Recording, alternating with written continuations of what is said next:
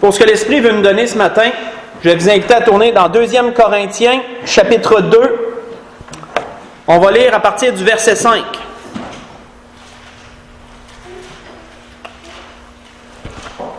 « 2 Corinthiens, chapitre 2, à partir du verset 5.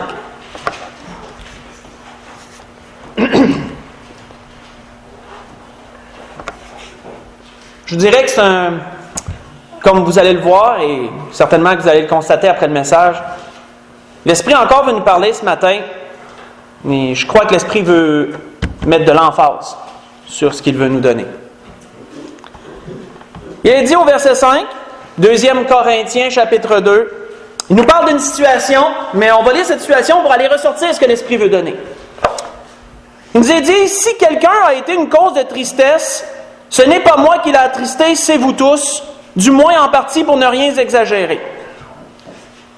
Il suffit pour cet homme du châtiment qui lui a été infligé par le plus grand nombre. Je lis dans 2 Corinthiens, chapitre 2, je suis rendu au verset 7. En sorte, est-il dit, que vous deviez bien plutôt lui pardonner et le consoler, de peur qu'il ne soit accablé par une tristesse excessive. Donc, si à présent on suit bien le contexte, il nous est parlé d'une personne qui a commis un acte au sein de l'Église qui ne se faisait pas. Cette personne-là a été condamnée par l'Église, elle a reçu une juste rétribution par l'Église. Et là, cette personne-là se repent. Elle se repent du mal qu'elle a fait. Et là, l'apôtre Paul amène à l'Église que maintenant que l'attitude a changé, vous devez vous aussi changer votre attitude envers lui. C'est pourquoi il dit, vous deviez bien plutôt maintenant lui pardonner. Ce qu'il a fait. Il dit, je vous exhorte donc à faire acte de charité envers lui. Car je vous écris aussi dans le but de connaître en vous mettant à l'épreuve si vous êtes obéissant en toutes choses. Or, à qui vous pardonnez, je pardonne aussi. Et ce que j'ai pardonné, si j'ai pardonné quelque chose, c'est à cause de vous, en présence de Christ. Et notez le verset suivant, il dit « afin », donc toutes ces choses que je vous prescris sont pour une raison, afin de ne pas laisser à Satan l'avantage sur nous. Car nous n'ignorons pas ses desseins. Nous allons arrêter là. Donc, qu'est-ce que l'apôtre Paul nous dit dans un premier temps? C'est intéressant de le relever. Même si ça ne va pas aller directement dans le sujet du message, c'est intéressant de le relever. Il dit, il est arrivé une situation, je vous ai prescrit à avoir une certaine attitude. Quand on fait des références, ça nous mène dans le début où il nous est dit qu'un homme avait été même jusqu'à avoir la femme de son père. Quand on fait les références, ça nous amène à là. Ou que là, l'apôtre Paul avait exhorté l'Église à dire « J'ai même pas besoin d'être présent, mon esprit et votre esprit assemblés, qu'au nom de Jésus-Christ, cet homme soit livré à Satan. » Qu'autrement dit, qu'il soit mis en fraternité et en dehors de l'Église, parce que cette action ne se fait pas. C'est irrecevable et ce n'est pas... on peut pas comment je pourrais dire? On peut pas l'endurer, on ne peut pas le tolérer. Donc, c'était la première chose. L'Église a accompli ce que Paul demandait. Ils ont reconnu que c'était juste comme ça, ils ont fait ce que Paul a dit. Et là, il nous est parlé que cet homme se repent. Cet homme s'est repenti, a reconnu le mal qu'il a fait. Et là, l'apôtre Paul dit à l'Église, « OK, vous avez pris la bonne décision. Parfait. » Mais il dit maintenant, lui, il a changé d'attitude. Donc, il dit à l'Église, il dit maintenant, vous devez vous aussi changer votre attitude, vous aussi. Parce que s'il s'est repenti, il a démontré sincèrement cela, vous devez lui pardonner. Parce que si vous demeurez dans la première attitude que vous aviez, qui était correcte à cette circonstance-là, maintenant que la circonstance elle a changé, si vous ne changez pas, vous donnez un avantage à Satan. Oh, ça devient intéressant. Dans un sens que ce qui était bien dans une certaine circonstance va devenir mal dans une autre si on ne s'adapte pas selon la circonstance. C'était bien le condamner quand il était répréhensible, mais c'est bien le pardonner quand il est repentant. Donc on voit que dans les deux circonstances, on doit adapter notre attitude en fonction de la circonstance en question. Et si on ne le fait pas, et c'est là surtout le sujet du message que l'Esprit veut relever, si nous ne faisons pas cela, nous donnons un avantage à Satan. Satan saura tirer profit de cela. C'est ce qu'il disait aux Corinthiens. Parce que ne pas pardonner lorsqu'on doit le faire, c'est une porte ouverte que Satan peut exploiter. Parce que ce n'est pas selon Dieu. Mes frères et sœurs, donner un avantage à Satan. Qu'est-ce qu'un avantage? Selon le dictionnaire, un avantage, ce qui est utile ou profitable, qui donne de l'avance ou permet d'avoir le dessus sur quelqu'un ou quelque chose. Donc, on comprend quoi? Quand on dit qu'on a un avantage sur quelqu'un, qu'on a un avantage d'une certaine circonstance, on a quelque chose d'utile. Un avantage, c'est toujours utile d'avoir un avantage, peu importe la situation. C'est profitable. Ça va toujours nous apporter un profit que d'avoir l'avantage dans une certaine situation ou sur quelqu'un, peu importe la circonstance. Ça donne de l'avance. Un avantage nous donne un coup d'avance dans une certaine situation. Ça nous permet d'avoir le dessus. Jusqu'à un certain point, d'avoir un avantage. Ça nous permet d'avoir un dessus. On est une coche en avant. C'est utile, profitable. C'est tout ça un avantage. Peu importe dans le sens où ça s'en va. Et les Corinthiens étaient exhortés, comme nous, à ne pas donner l'avantage à Satan. À ne rien lui laisser qui soit utile, qu'il puisse utiliser. Qu'il puisse lui donner un profit. Qui lui donnerait un coup d'avance sur nous ou qui lui permettrait de prendre le dessus sur nous. Quand on comprend ça, c'est ça que l'apôtre Paul dit aux Corinthiens. Ne lui laissez pas l'avantage. Parce qu'on n'ignore pas ses desseins. Ses desseins, c'est quoi? C'est ses buts. C'est qu'est-ce qu'il vise, là? Vers quoi lui, il s'en va? Donc, il y a l'ennemi. L'autre qui a un ennemi, on sait qu'un avantage, c'est bon si c'est sur notre côté, mais si c'est sur le côté de l'ennemi, c'est pas bon pour nous. Et on sait qu'à la fin, un but, il y a des desseins dans tout cela. Afin de bien capter un peu plus profondément, on voit et faites juste écouter, qu'est-ce que l'Ecclésiaste, lui, en parlait? Qu'est-ce que l'Ecclésiaste a dit, lui, sur cela? Sur un certain sujet. Il a dit, j'ai vu que la sagesse a de l'avantage sur la folie. Donc, pensons à la définition, là. La sagesse a de l'avantage sur la folie. Ça veut dire quoi? La sagesse est plus utile que la folie. La sagesse est plus profitable que la folie.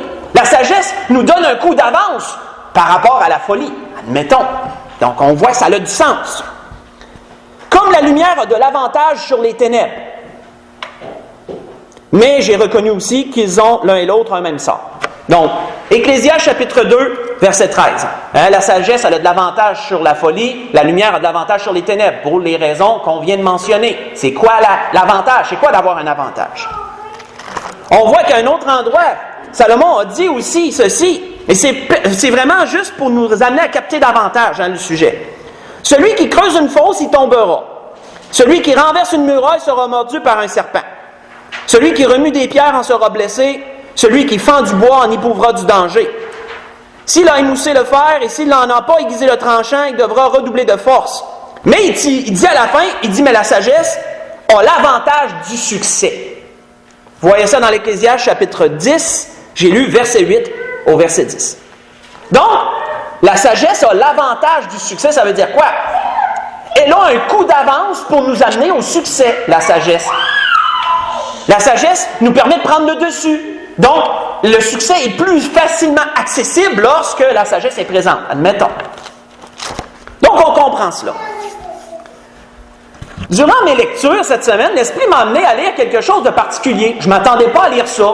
Je faisais des recherches, puis à un moment donné, je suis tombé là-dessus. Et je vais vous apporter quelques citations au cours du message. Je vous avertis par rapport à cela. Un général chinois, dans les années 400 avant Jésus-Christ environ, général du nom de Sun Tzu, je vais prononcer son nom à peu près comme ça, il a écrit un livre. Lui, c'est un général de guerre, et c'est un homme qui était extrêmement, comment je pourrais dire, qui a acquis une très grande réputation comme étant un des meilleurs généraux qui a jamais existé de son époque. Un homme, un fin tacticien, un homme qui avait la guerre dans le sang, puis la façon de gagner les guerres. Et cet homme-là a écrit un livre. Ça a été le premier livre de guerre jamais écrit qu'on ne peut retrouver des traces. Ce livre s'appelle « L'art de la guerre ». Il est utilisé d'ailleurs encore aujourd'hui, même en politique et même en bourse, etc. Toutes les compagnies à peu près connaissent ce livre-là parce qu'il y a des tactiques qui peuvent être adaptées aujourd'hui. Mais là, ça m'a surpris parce que le Seigneur me mettait à cœur de lire ce livre-là, qui n'est pas tellement long. J'ai commencé à le lire, puis je me suis rendu compte à quel point que la sagesse qui a couché sur ces pages-là sont en accord avec la sagesse des Écritures lorsque ça nous parle de guerre, lorsque les Écritures parlent de guerre. Et frères et sœurs, je pense, et du moins je me suis senti guidé à apporter quelques citations qu'il a mentionnées, parce que le sujet est cela ce matin. On parle de guerre, on parle d'avantages, on parle d'ennemis. Donc je vais en donner une premièrement, mais je vais en donner quelques-unes en cours de route, parce qu'elles vont selon les Écritures. Et que lorsqu'une citation extérieure va selon la parole de Dieu, il est pas mal de le mentionner. Premièrement, il a dit ceci à propos de l'avantage. Il a dit, celui qui est capable de faire venir l'ennemi de sa propre initiative le fait en lui offrant quelques avantages. Et celui qui est désireux de l'en empêcher le fait en le blessant. Qu'est-ce qu'il voulait dire? Il voulait dire que si tu donnes un avantage à l'ennemi, ben tu l'invites à venir te voir. C'est quasiment une invitation que tu y fais. Si l'ennemi voit un avantage, il ne restera pas là à attendre, à moins qu'il soit aveugle. S'il est moindrement alerte puis qu'il voit qu'il y a l'avantage, ben il va venir en profiter. C'est ce que ce général disait. Si tu invites ton ennemi, c'est en lui donnant un avantage, tu vas l'inviter à venir à toi. Donc on doit prendre garde à ne pas laisser d'avantage à l'ennemi, bien sûr. C'est premièrement la pensée qu'il apportait.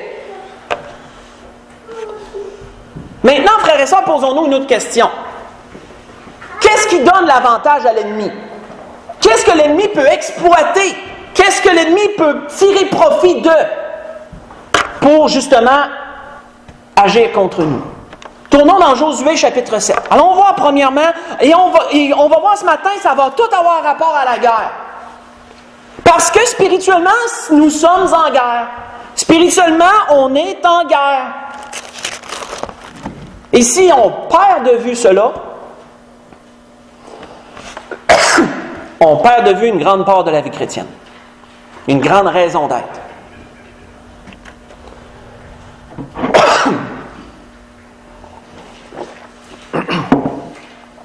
Si l'apôtre Paul disait aux Corinthiens de ne pas laisser l'avantage à l'ennemi, notons le langage, ennemi, avantage, c'est qu'il y a une guerre. Il y a une guerre et l'ennemi est très conscient qu'il y en a une. Puis lui, il est à fond là-dedans. Si on laisse des avantages, Satan va en tirer profit, soyez-en sûrs. Il n'en fera pas autrement, il est trop alerte pour ça. Lui, il est conscient. Il va en tirer profit. Parce que c'est ça, un avantage. Et le général de guerre disait cela, entre autres. Tu lui laisses un avantage, tu l'invites. Tu l'invites à lui quand il en laisse un. Tu l'invites à toi. Entre autres, ce qu'il disait.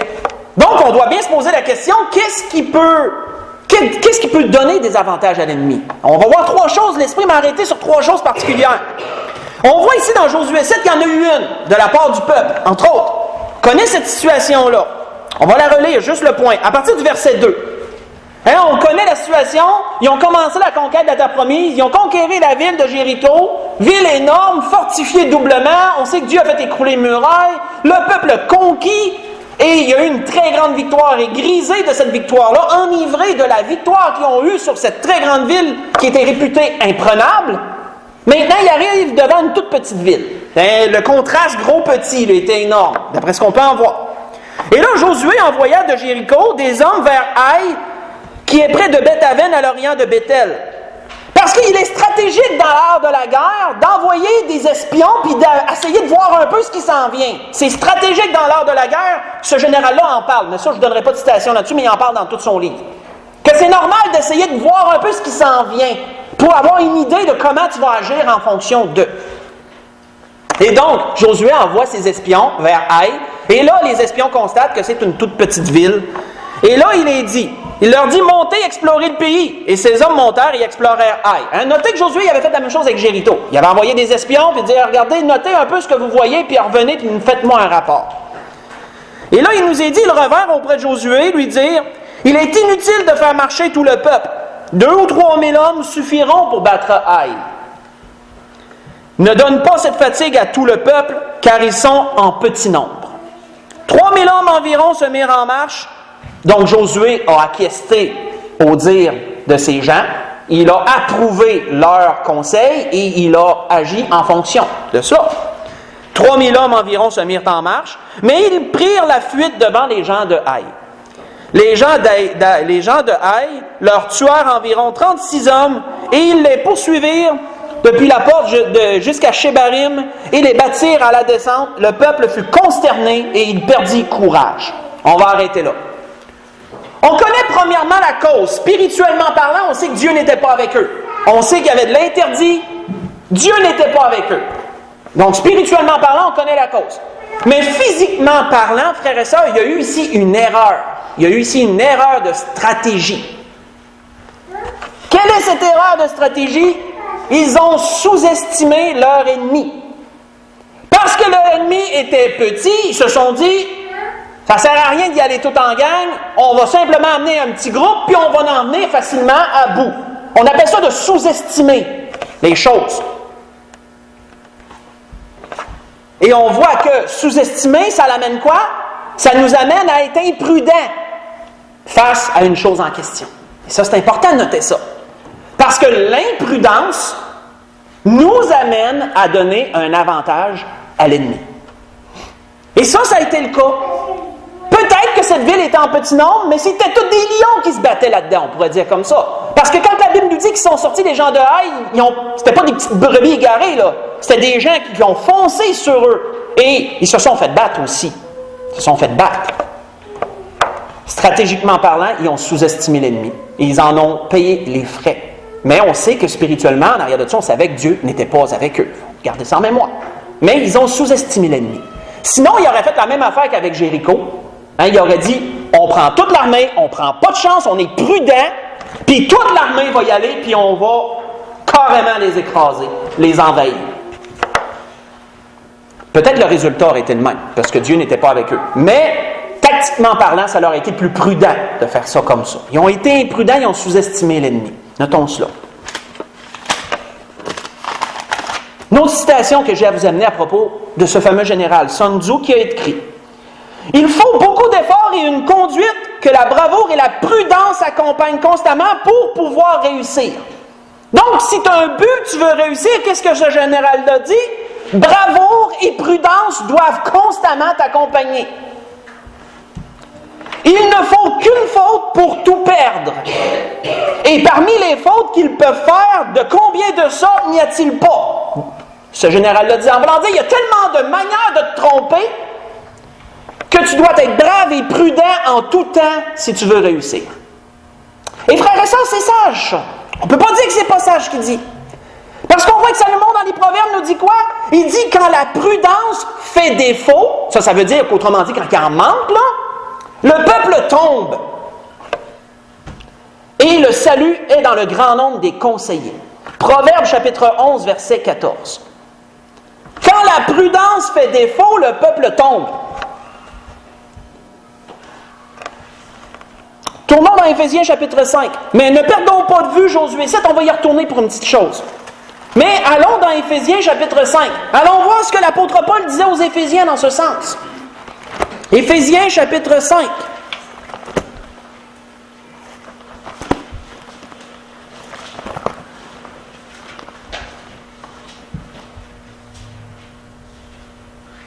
Donc, nous comprenons quoi, premièrement, frères et sœurs? C'est que lorsque nous sous-estimons les choses et que nous sommes imprudents, l'ennemi a un avantage. Ça lui donne un coup d'avance. C'est utile, c'est profitable pour lui, ça lui permet d'avoir le dessus. Ça peut lui permettre d'avoir le dessus. Et c'est ce que l'apôtre Paul disait aux Éphésiens, dans son langage à lui. Il leur disait au verset 15 d'Éphésiens, chapitre 5, « Prenez donc garde. » Quand tu dis à quelqu'un « prends garde », ça veut dire quoi, là? Ça veut dire « sois prudent ». Je te dis de prendre garde, là, pense-y. Prends le temps de penser, là, 2 minutes. Prenez donc garde afin de vous conduire avec circonspection.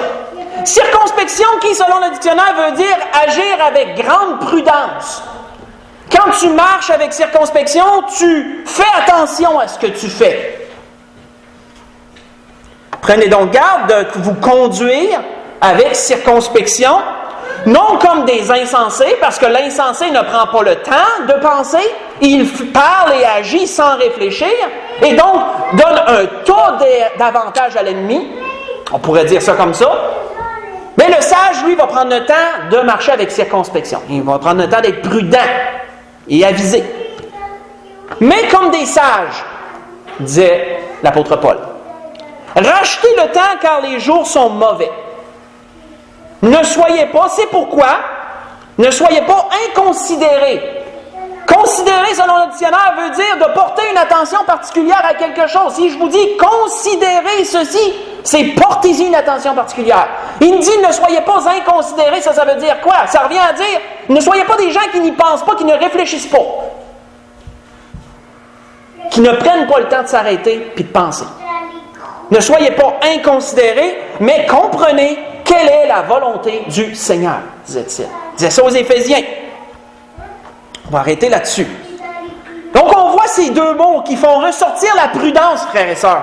On voit le mot circonspection et on voit le mot inconsidéré, qui autrement dit devrait être considéré.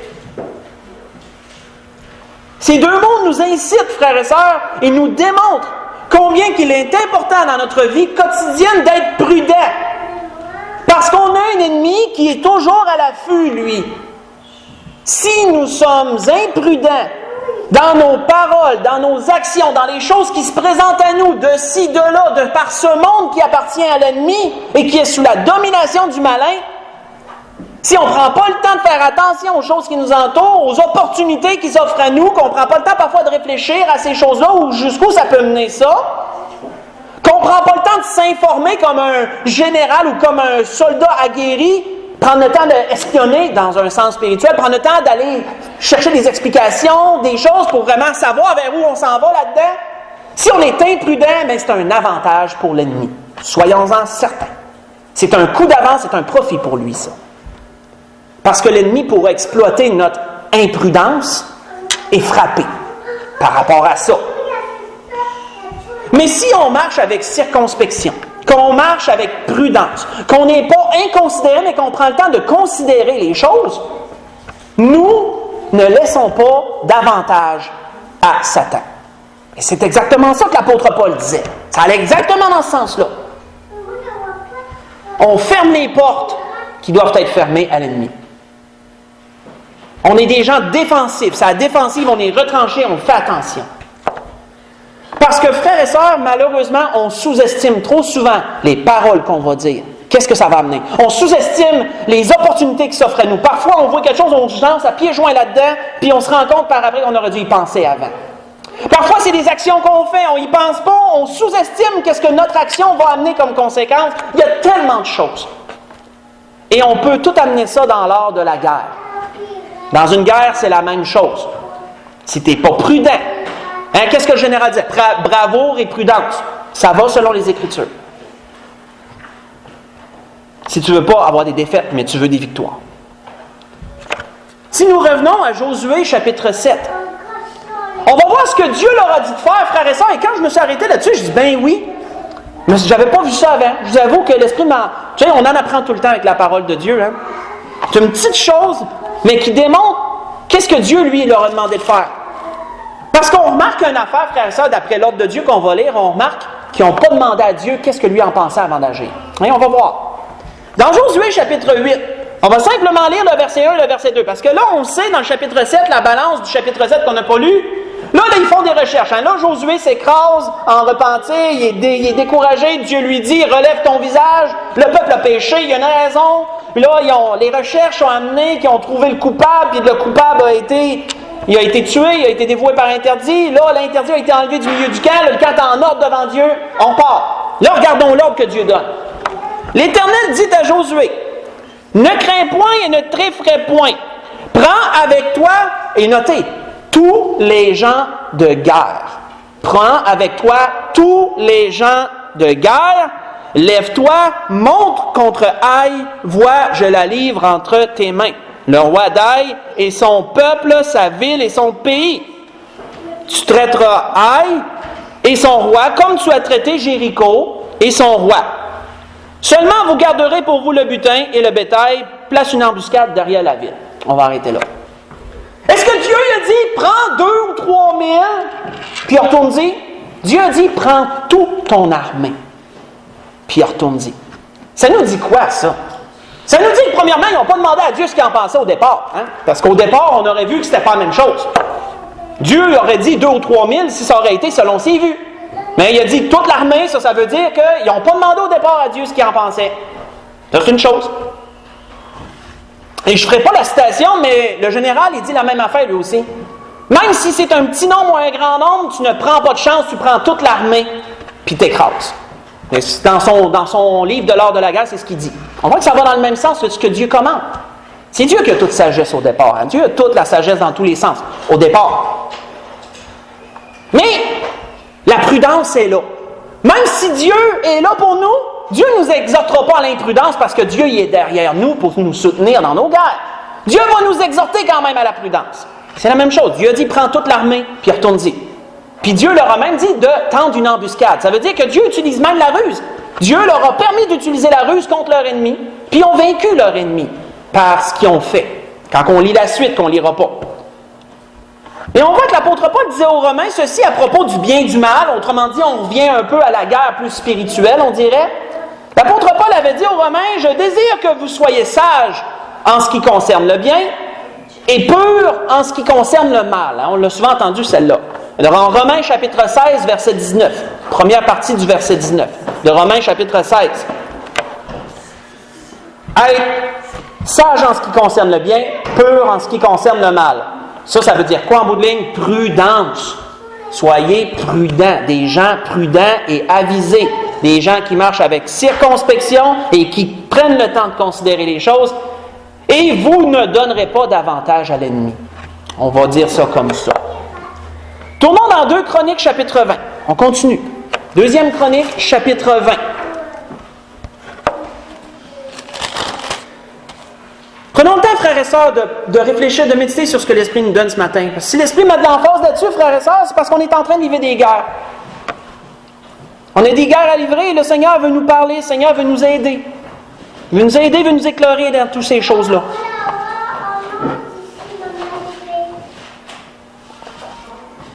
Moi, dans 2e Chronique, chapitre 20, on va lire le verset 1 et le verset 2 pour commencer.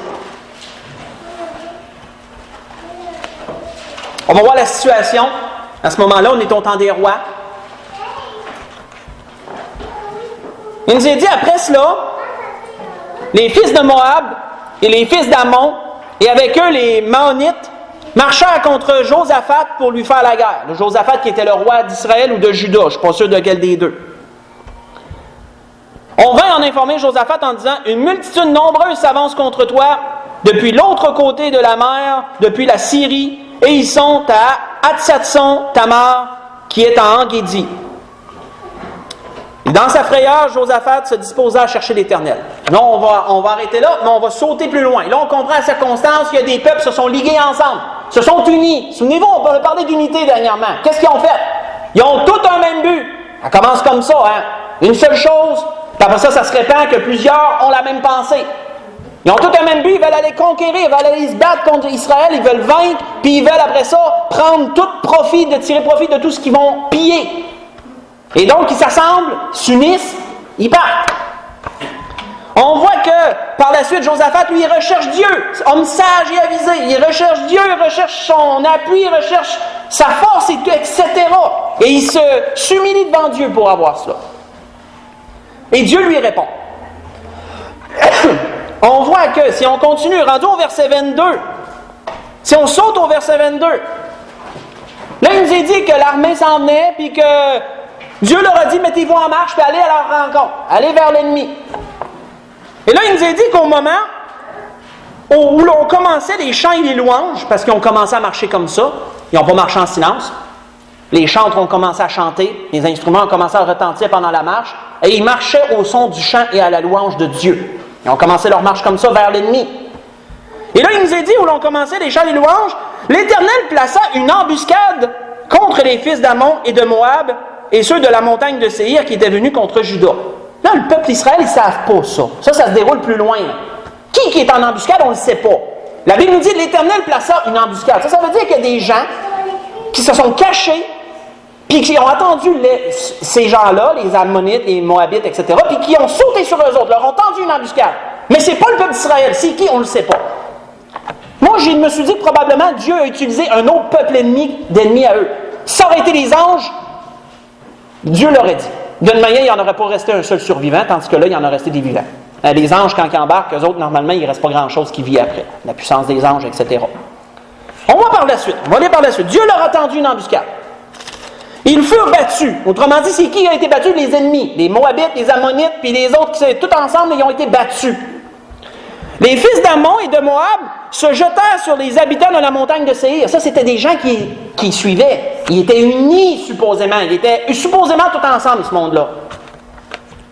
Les fils d'Ammon et les fils de Moab se jetèrent sur les habitants de la montagne de Séhir pour les dévouer par interdit et les exterminer. Autrement dit, on commençait à se battre entre eux autres. C'est ça que ça dit, là. Après avoir été battus en embuscade par un certain ennemi qu'on ne connaît pas, ils ont commencé à se battre entre eux autres quand ils ont réussi à s'en sauver, ils ont commencé à se battre entre eux autres. Quand on suit toute l'histoire, c'est ce qu'on voit. Et on voit du quoi après ça?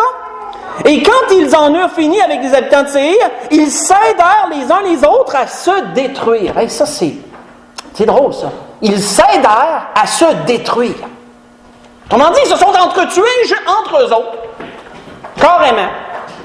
De sorte qu'il nous est dit au verset 24 que lorsque Juda fut arrivé, c'est le roi de Juda, Josaphat est le roi de Juda. Tiens. Lorsque Juda fut arrivé à la hauteur où l'on apercevait le désert, ils regardèrent du côté de la multitude et voici, c'était des cadavres étendus par terre et personne n'avait échappé. Ils n'ont même pas eu besoin à combattre. Mais notons le déroulement des choses. On va arrêter là. Notons le déroulement des choses. Des groupes s'unissent, s'en aillent à la conquête, s'en aillent en bataille contre Juda. Dieu leur dit, allez-y. Entre-temps, Dieu place une embuscade par un autre ennemi qu'on ne connaît pas. Ces ennemis-là se font battre par l'autre ennemi qu'on ne connaît pas. Puis après ça, ils commencent à s'entretuer. Autrement dit, l'unité n'est plus là. Ça nous montre quoi, ça? Parfois, frères et sœurs, on peut être unis, mais divisés en même temps. Parfois, deux gens peuvent marcher ensemble, mais leur unité peut être assez précaire. Qu'autrement dit, ça ne prendra pas grand-chose pour qu'ils servirent l'un contre l'autre. C'est ce qu'on voit ici en passant. Ces trois peuples-là, ils ne devaient pas être parfaitement unis pour commencer à s'entretuer après, c'est parce qu'il y avait de la division entre eux autres, mais il y avait un but qui les tenait. Mais lorsqu'ils ont été battus, ce but-là a volé en éclats, de sorte que là, il n'y a plus rien qui les retenait l'un à l'autre. Puis ils ont commencé à s'entretuer mutuellement. De sorte que la Bible nous dit qu'ils s'aidèrent à se détruire. Ils se sont aidés à se détruire mutuellement. Le peuple d'Israël arrive, de Juda, excusez-moi, il n'y a plus personne. Tout le monde est mort. Ils se sont tous entretués, en bout de ligne. Ça nous montre quelque chose ensemble. Ça nous montre quelque chose, frères et sœurs. Ça nous montre, frères et sœurs, que lorsque nous sommes unis, mais divisés à la fois, il suffit d'un étincelle. Il suffit d'une pression. Il suffit d'un petit quelque chose, la bonne chose, qui va amener la division. Qu'autrement dit, qui va faire voler en éclats le peu d'unité qu'il y a et qui va raviver la division. Et qu'est-ce qui arrive à ce moment-là? Les gens s'attaquent mutuellement. Ça, on le voit dans plein de situations. Il arrive une maladie dans un couple, un enfant tombe malade. Ça peut arriver souvent que les parents se mettent à s'entre-déchirer.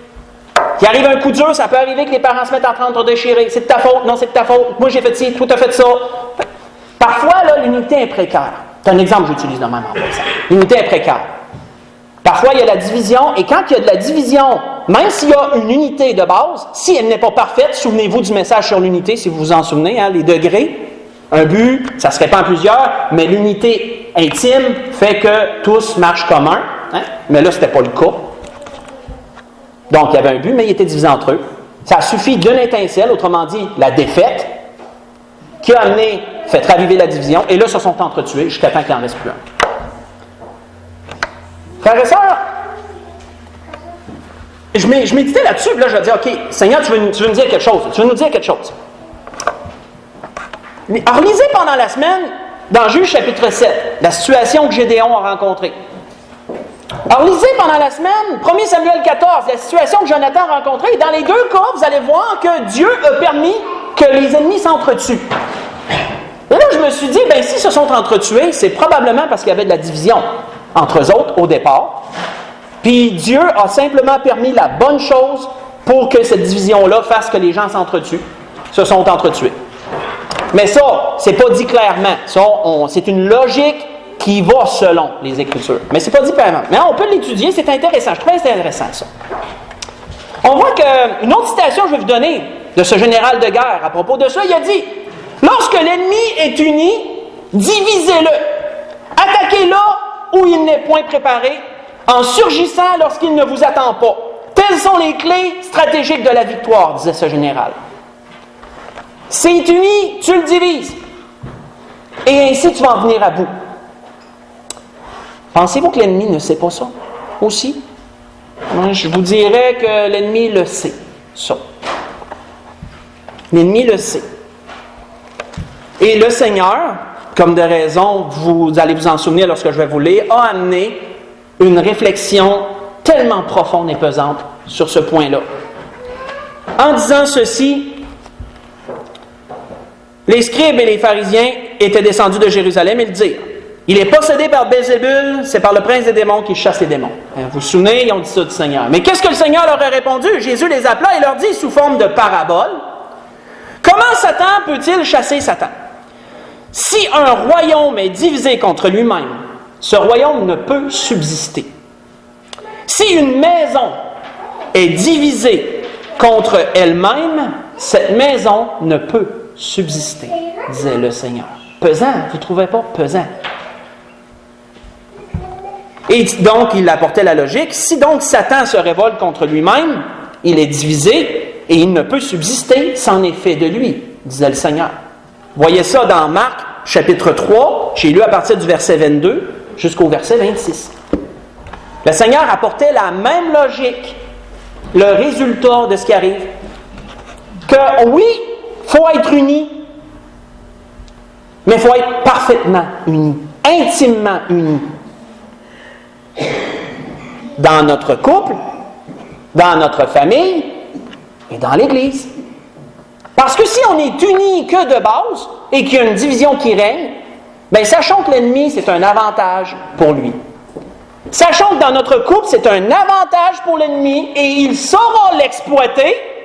Sachons que dans nos familles, c'est un avantage pour l'ennemi, il saura l'exploiter. Et sachons que c'est un avantage pour l'ennemi dans l'Église et il saura l'exploiter. Et si ces choses-là ne se réparent pas, qu'est-ce que le Seigneur disait? Elle ne peut subsister. Ça voudra dire que tu auras beau essayer, si ce n'est pas réparé, ça va finir par se détruire. C'est la logique que le Seigneur a amenée, c'est implacable. Implacable. On voit que il nous a dit, et si vous voulez l'étudier pendant la semaine, où j'ai un bon exemple pour vous. Allez dans Actes chapitre 23, pour lire du verset 6 au verset 11. C'est un bon exemple à étudier. L'apôtre Paul, en fin tacticien, a exploité ça parmi les pharisiens et les sadducéens, qui étaient réunis en Sanhédrin, tout ensemble, pour le condamner. Et l'apôtre Paul savait qu'il y avait deux groupes unis, mais divisés en même temps. Et il a simplement lancé l'étincelle nécessaire pour toutes les diviser entre eux autres. Puis ça a été la cohue, ça a été le désordre total. Ça, c'est un fin tacticien. Hein, c'est une stratégie, ça. Mais l'ennemi la connaît, lui aussi, celle-là. L'ennemi la connaît. Et qu'est-ce qu'il nous est dit? Quel est le résultat de ces choses? On voit que l'apôtre Paul dit aux Galatiens, « Mais si vous vous mordez et vous dévorez les uns les autres, prenez garde que vous ne soyez détruits les uns par les autres. » Disait-il dans Galates chapitre 5, verset 15. Ça revient à la même chose de tout ce qu'on a lu, hein? C'est pour ça qu'il nous a dit dans la 2e chronique, ils se sont aidés à se détruire. Ça revient tout ensemble. Donc, prenons garde à la division. Qu'elle soit dans nos couples, qu'elle soit dans nos familles, qu'elle soit dans l'Église, prenons garde. Parce que c'est un avantage que l'ennemi donne, ça. Tu donnes un avantage à l'ennemi dans ça. Continuons pour une dernière chose. Tournons dans 2 Samuel, chapitre 23. Dans 2 Samuel, chapitre 23. Ça en va tranquillement vers la conclusion, mais l'Esprit a un dernier point qu'il veut ramener. Il y a un dernier point qu'il veut soulever. Et je conçois que le message est un peu plus long ce matin. Je conçois cela, mais parfois l'Esprit veut prendre plus de temps pour des choses et on doit prendre le temps d'écouter ce que l'Esprit veut nous donner. Après tout, on est ici pour ça. On est est ici pour ça, entendre ce que le Seigneur veut nous dire. Et tirer profit de sa sagesse.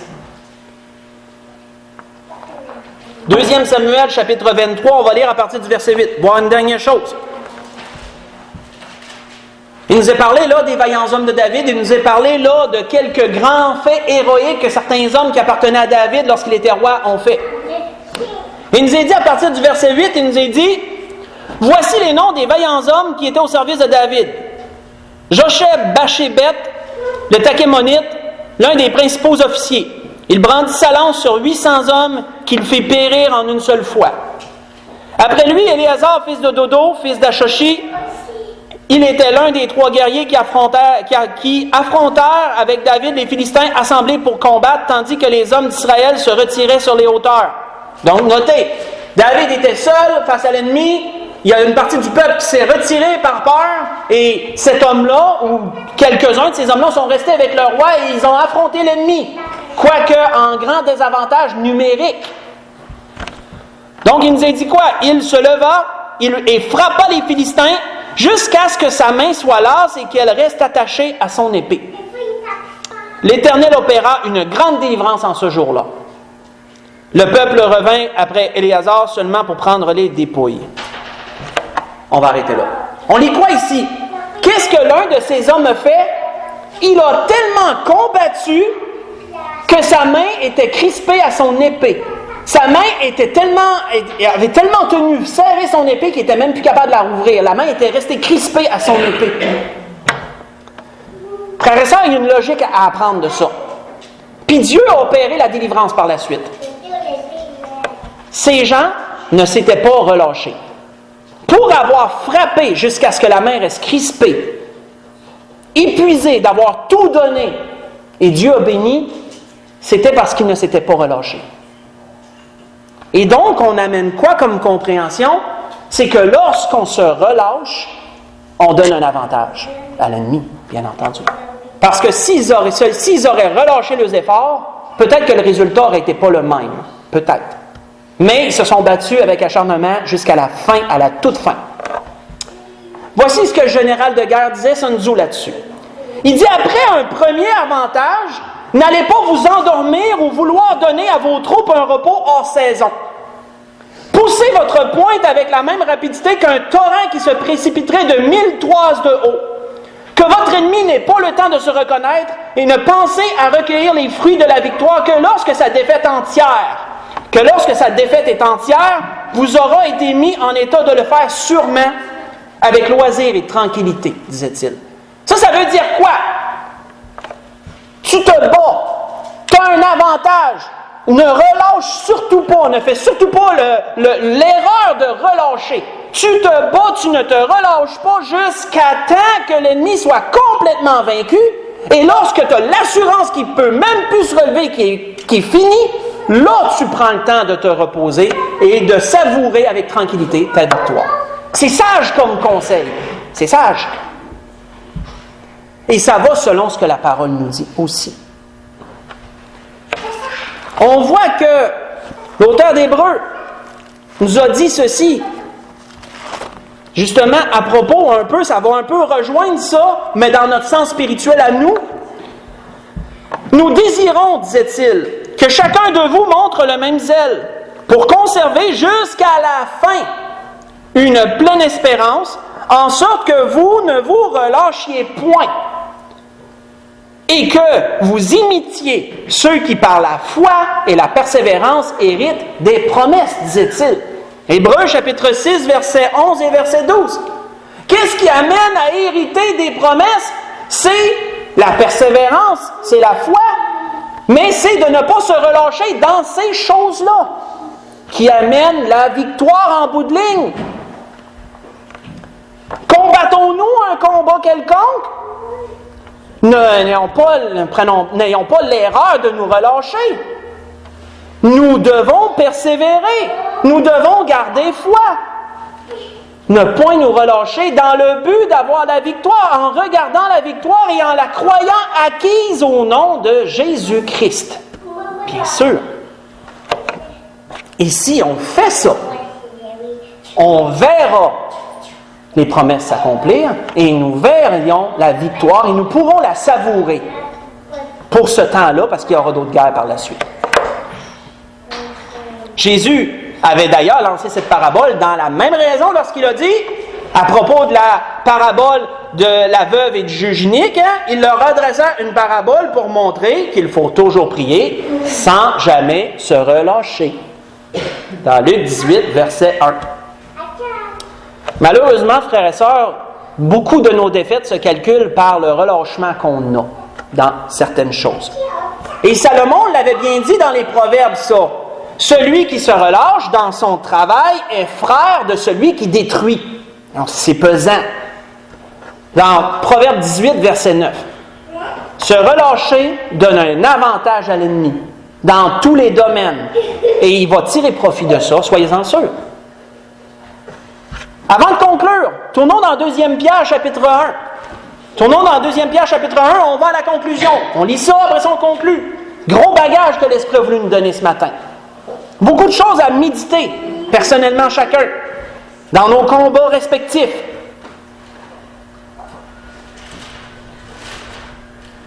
On a vu quoi? On a vu qu'on a une guerre à livrer, on est en guerre. En territoire ennemi par-dessus ça. Quand on perd de vue ces choses-là, on donne un avantage à l'ennemi.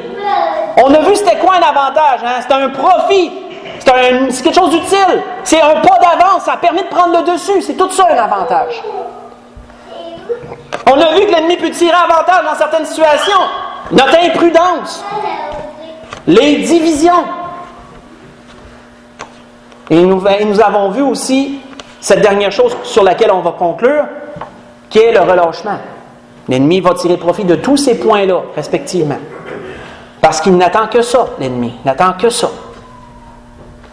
On voit que dans 2 Pierre, il nous est dit, à partir du verset 3, en parlant de Dieu, il a dit sa divine puissance nous a donné tout ce qui contribue à la vie et à la piété. Donc, frères et sœurs, ce matin, est-ce qu'on croit ce que Dieu nous dit? Parce que sa puissance nous a donné ces choses. On les a déjà. Il faut juste qu'on s'en serve. Ça nous ramène à la base. On a beau lire, on a beau méditer, mais est-ce qu'on les croit, ces choses-là?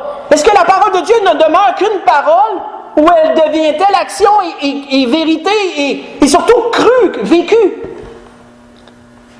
Parce que sa divine puissance nous a déjà donné tout ce qui contribue à la vie et à la piété. Au moyen de la connaissance. Ça commence par la connaissance de celui qui nous a appelés, Jésus-Christ, par sa propre gloire et par sa vertu. Et celle-ci nous assure de sa part les plus grandes et les plus précieuses promesses, afin que par elle, vous deveniez participants de la nature divine, en fuyant bien sûr la corruption qui existe dans le monde par la convoitise. Et notons que l'apôtre Pierre dit, à cause de cela, à cause de tout ce que je viens de vous dire, faites tous vos efforts pour joindre à votre foi à la vertu la science, à la science la connaissance la maîtrise de soi, ou la tempérance, à la tempérance la patience la piété la charité, à l'amour fraternel et à l'amour fraternel la charité. Car si ces choses sont en vous et elles y sont avec abondance, elles ne vous laisseront pas ni oisifs, stériles, ne vous laisseront point oisifs ni stériles pour la connaissance de notre Seigneur Jésus-Christ. Arrêtez là. Mais moi, ce sur quoi l'Esprit m'a arrêté, faites tous vos efforts. Ça veut dire quoi ça? Ne te relâche pas. C'est ça que ça veut dire ensemble. Pensez à l'homme de guerre qui se bat avec son épée. L'épée, c'est quoi? C'est la parole de Dieu. Hein? Faites référence à Éphésiens 6, là, les armes du chrétien, vous allez voir ça. C'est une belle image. Hein, crispé, les mains crispées à l'épée tellement qu'il ne peut pas lâcher. Parce qu'il s'est battu jusqu'au bout. C'est ça que les chrétiens doivent faire. On a une guerre à livrer, mais premièrement contre nous-mêmes. Souvenons-nous, la guerre ne commence pas à l'extérieur, elle commence à l'intérieur, la guerre. Elle commence là, la guerre. Et l'ennemi peut tirer avantage au travail de la chair. Donc, on combat le combat à l'intérieur de nous. On prend garde de ne pas laisser de terrain à l'ennemi, parce que plus qu'on y en laisse, bien plus qu'il avance, lui. Puis il gagne du terrain. Donc, on est prudent, on a fait attention à la division, et on ne se relâche pas. Dans ces trois choses-là, on garde ce qu'on a, et même on peut peut-être même gagner du terrain dans notre propre vie intérieure. et devenir de plus en plus l'homme spirituel que Dieu veut former, qui est selon Dieu, est-il dit dans Éphésiens, chapitre 2, un peu plus loin. Et après, et même en même temps, je dirais, on peut combattre les combats extérieurs. Il y en a, mais ça commence à l'intérieur. On sait. Et c'est pour ça que l'apôtre Pierre disait, faites tous vos efforts pour joindre à votre foi la vertu. Ça, c'est premièrement à l'intérieur, hein, ces choses-là. C'est premièrement pour nous. Et ensuite, ça va se déverser à l'extérieur. C'était ce que l'Esprit voulait nous donner ce matin. Un grand, puissant message, je vous dirais. L'Esprit avait des raisons de donner ça. On a des combats à livrer. On a besoin de savoir ce que Dieu veut nous dire. Voici ce que Dieu nous dit. Ma puissance est à votre portée. Je vous ai déjà donné les armes nécessaires. Maintenant, utilisez-les. Et prenez garde de ne pas laisser davantage à l'ennemi sur les choses qu'on a reçues. Donc, pour conclure, 1 Pierre, chapitre 5, on va lire, on n'est pas tellement plus loin d'ailleurs, on est direct au côté. 1 Pierre, chapitre 5, verset 8 et verset 9. À nous rappeler quelque chose je pense qu'on sait assez bien, mais mets de l'emphase là-dessus.